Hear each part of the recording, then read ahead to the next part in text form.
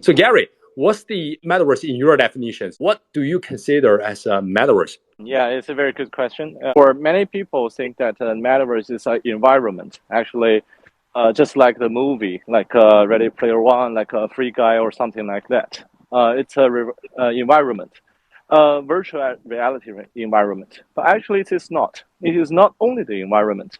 I mean that apart from all of the materials inside this 3D and VR things, actually, there are two other things we have to pay attention to. One thing is AI, which is the drive power of that environment. And the other one is blockchain. It's a very fundamental definition of all digital asset and digital currencies inside. You know, when we talk about what is a metaverse, for me, it's just three things at a very high level. It has social, so I can interact with other users. It has a fully functioning economy. You know, I can buy, I can sell, I can trade. And the third feeling is, or the third thing I would say is that feeling of invincibility. I can be anyone, I can do anything. And I think, again, Ready Player One really set the tone for that third point. You know, so, you know, Parzival, you know, having all of his interactions with all of those games, television shows and movies, you know, being able to go to school there and have classes. I can work there. I can earn a living.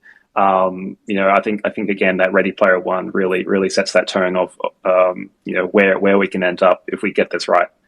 Everybody has their point of view. Like for metaverse in this blockchain, it's immersive. We have to do AI good, and we have to make good enough content and good enough games. And it all turns back to traffic.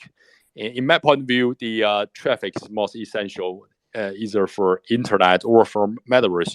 So any space, any website, any society online without traffic will not go flourish. And traffic is quite essential for any application that we build. And it's quite a tragedy that the DAU of Decentraland dropped to 30. And what do you think that Sandbox and Decentraland call themselves the metaverse? Are they qualified as a metaverse? And what's wrong with their DAU? Why it dropped to 30? The metaverse and the asset of the metaverse is in very early stage, and still it is not a full package environment themselves. And there will be asset, there will be storyline, there will be gamefi, there will be all of the things in the next cycle.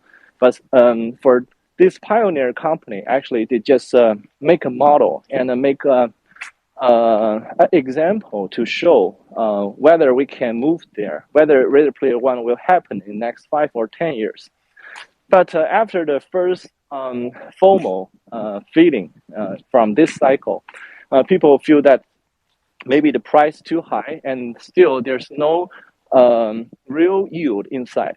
You know, we all know that real yield is very hot word for this year. Why is real yield? It means that most of the NFT and the metaverse and the GameFi in the last cycle, before this bear market, actually, they're just playing the concept game. And the concept is a story. And we make a story and we draw a picture in the next 5 years. But it's very hard for a company to deliver all of this value just because the fundamental infrastructure is not mature enough.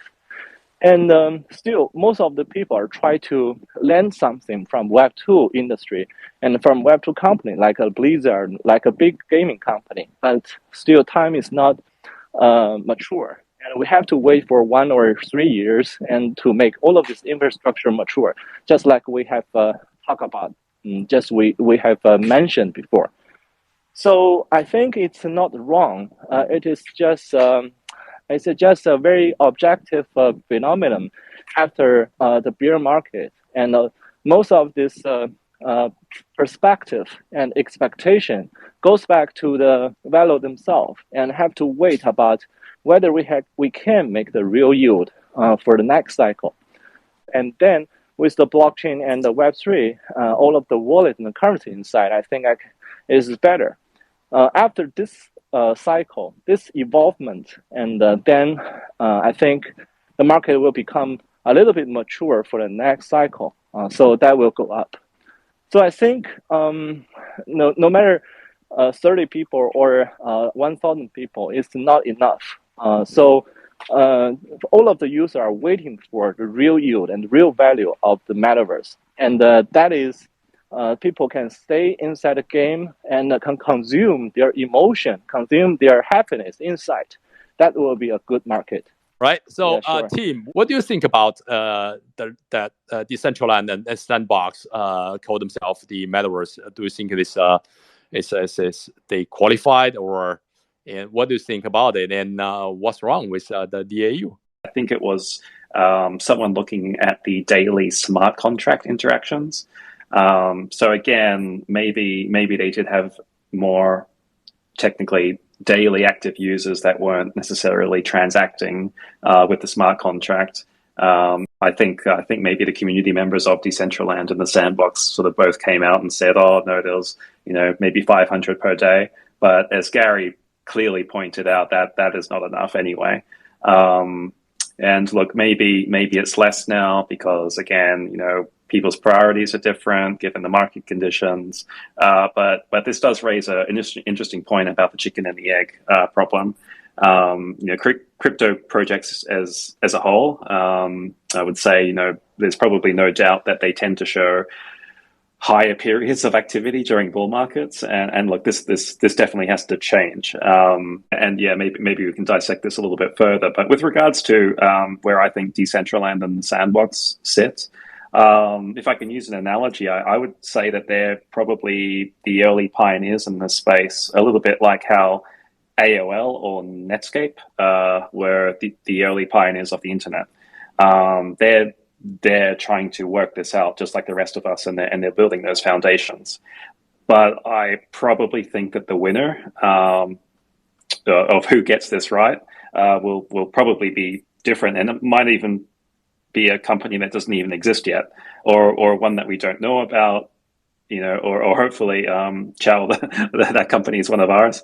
But yeah, look, I think it is early days, and I think that they're just trying to set the path forward. Speaking of traffic and the low DAU of Decentraland, and I totally agree that no matter it's 30 or 500, it doesn't really make a big difference.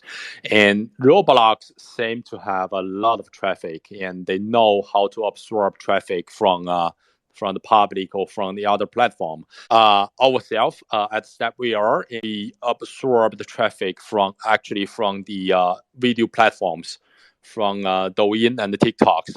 And we have many virtual idols broadcasting every day, do live streaming every day. They post videos every day. We also post a lot of videos of our metaverse arenas. And that's how we get 1 million paid users last year. And during the hard COVID control in countries. So that's our way to attract the traffic. And the DAU is about traffic. If you talk about traffic, I think that the most important thing is to know where it comes from. And I think one of the problems for Decentraland is that they do not attract enough traffic because, like Gary mentioned, that there's no MVP game. And where do you think that the traffic comes from? Well, I look at the two biggest games, or even three if we want to include Fortnite. I look at games like Roblox and Minecraft, and I think kids. Minecraft doesn't have great graphics, but it has great gameplay. It has great rules that create and make sense, and kids love it. And for that reason, it's got millions of users all around the world. So I think tapping into that young audience seems to be the key. And again, that's why, if I had to place a bet, and speaking of casinos, on who I think, is winning right now, I think it's Roblox. I've got an 8-year-old and a 5-year-old myself, and they love it. They've got joy in their eyes, when it comes to getting access to new apparel. They can, dress up their avatar. They can meet other kids playing. Again, it's kind of like, kids' imaginations thrive. It's kind of like it's kind of like going to Disneyland, right? But you're on a computer, or you're on your tablet. So I think that younger audience getting something for them is the way. And as far as the adult audience getting involved, look, I think that just comes with maturity. I think again it just kind of goes back to those earlier points. Can I can I be a part of this? Can I build? Can I have a store in the metaverse? Can I have an economy there? That's kind of where I think it all fits.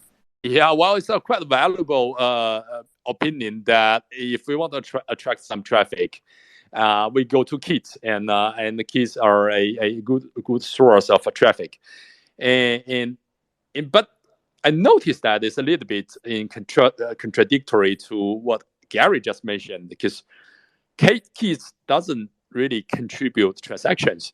How can we enable that, Gary? Well, that is a very difficult questions. It's like Roblox. I've known some of the numbers inside Roblox. The average age of the user is about 17, and the DAU is very high, and the daily playing time is very high. Each of the user on average will play at least 4 to 5 hours on the game. I mean, for the active users. So it's a quite long time. But the problem is that what you said, it's very hard to change this to transactions and the real yield and the payment, the revenue. This is a big problem.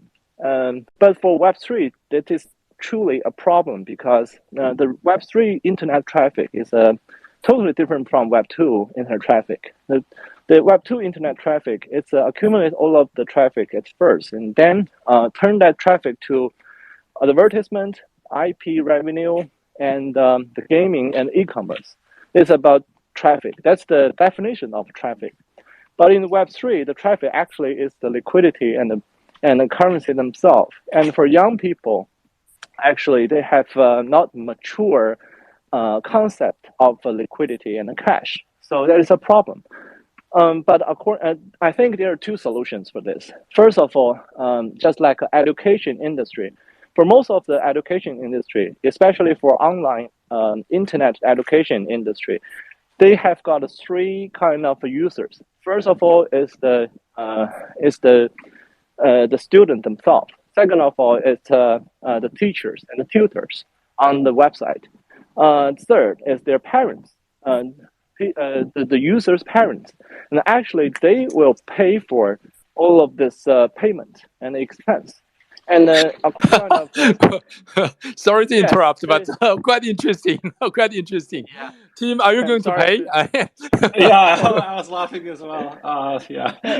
I'm sorry for that, but that is an economic model, anyways, because you know that if the average user is lower than 15 years old, it's really hard for them to do that, because right, you know.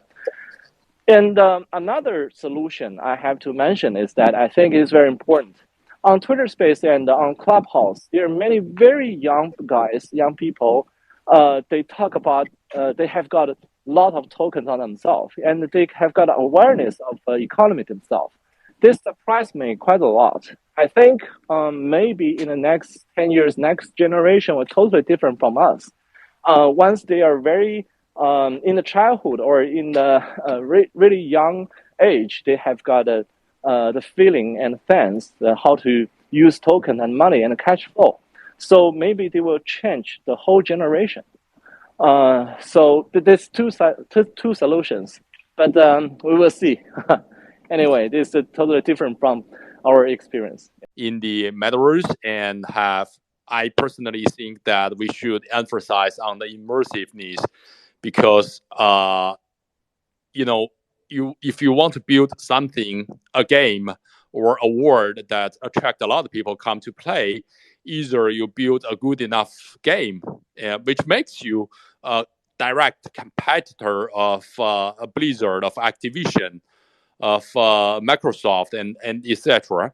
And or you invent a new machine, a new terminal on which people can have full immersive, and although they play the similar game like Counter-Strike, but they have the first person kind of feeling. They feel it is real. They are on the battlefield.